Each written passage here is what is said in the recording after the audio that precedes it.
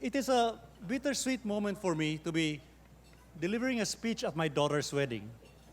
Because as everyone knows, the hardest thing a father can do is to give away his daughter to another man.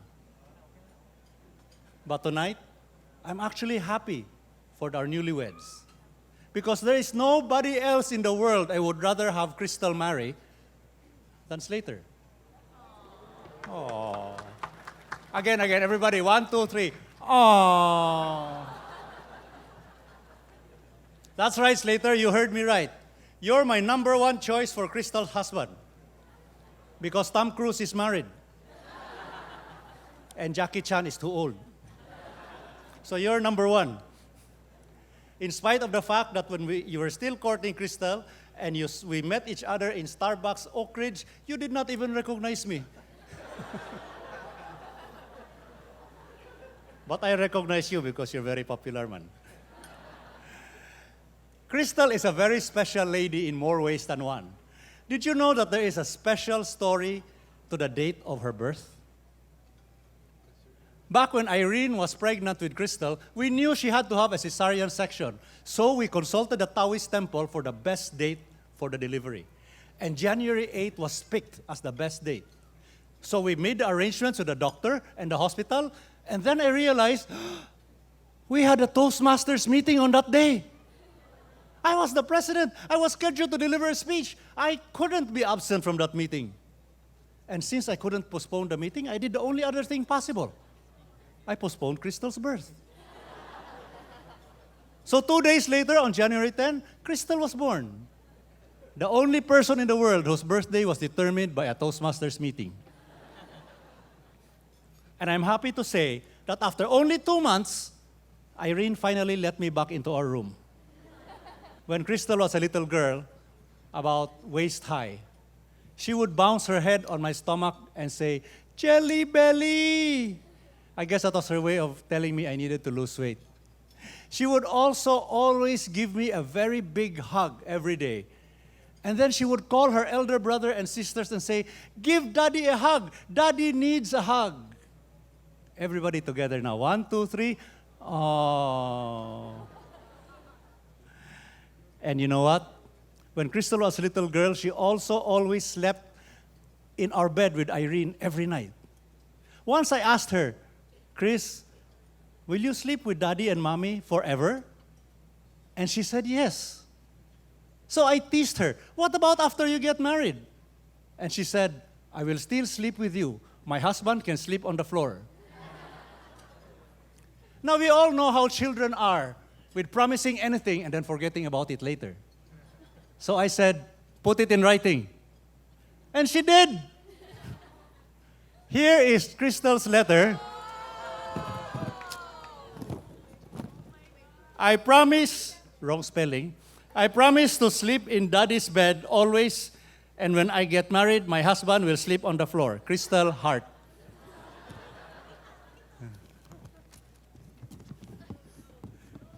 So Slater, you know where you're sleeping tonight.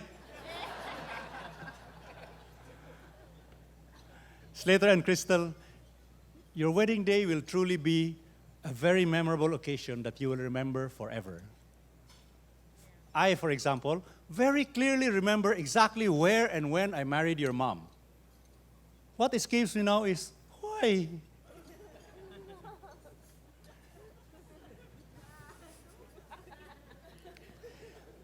Somebody's getting it faster here. Okay, so they say I'm supposed to give you advice on your wedding day. So I'll just give you a very simple advice. Everybody says this all the time. It's never go to bed angry with each other. 25 years ago, Irene and I made this promise to each other, and now you look at us. Neither of us have slept in 25 years. I read in your interview with Metro Style magazine that you have never had significant arguments or prolonged fights. Well, let me tell you, don't be afraid of arguments or fights, because it's an integral part of marriage. In fact, I dare say that a marriage without arguments or fights is not a proper marriage at all. Look at your mom and me. We argue all the time. Sometimes 3 times a day. Sometimes we fight like Manny Pacquiao. You know, fight 3 minutes, rest 1 minute, fight 3 minutes, rest 1 minute. for 15 rounds. And yet, we are more in love now than we ever were. 1, 2, 3. Arguing with each other only shows that you truly care for each other. Because you wouldn't bother to argue if you didn't care about the other person. And arguing is a major form of communication that is the most honest one. Because when you're arguing, your true thoughts and feelings invariably come out. Also, arguing helps you learn how to compromise. Follow this formula. Slater makes a mistake. Krystle apologizes.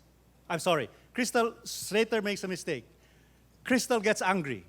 Slater apologizes. Krystle makes a mistake. Slater gets angry. Krystle gets angrier. Slater apologizes. Compromise.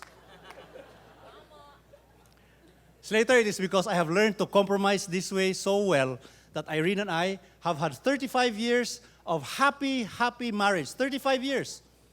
That's a very good number, considering we got married almost 40 years ago. And remember, your romance does not end on your wedding day. In order to keep your love strong, you have to do what your mom and I do. Every week, twice a week, every single week, we go out on dates. You know, dinner by candlelight, soft music, a little dancing. She goes out on Tuesdays, I go out on Fridays. And therein lies my true advice to you on your wedding day. Not go out on separate dates. Actually, I've been giving you my advice for the last 5 minutes. Have a sense of humor. Learn to laugh at your disappointments. Joke about your mistakes. No problem lasts forever. And if you remember that, then it is your relationship that will last forever. One of the best things in life is simply a good laugh. And to start you laughing, I am going to sing on your wedding day. Because everybody knows I can't sing, so I'll get her laughing when I say, the song Love Story asks the question, how long does it last?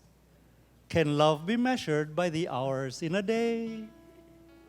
No, not by the hours in a day, but by the number of laughs you share together. Now, where's my glass? Everybody wants to do a toast, so I guess I'll have to do one as well. Slater and Krystle, may your love be like good wine. May it grow stronger as it gets older. May your house be guarded by angels above. May your fire be as warm as your long-lasting love. And in through your window, may moonbeams at night illuminate your dreams with a romantic light. To Slater and Krystle, forever.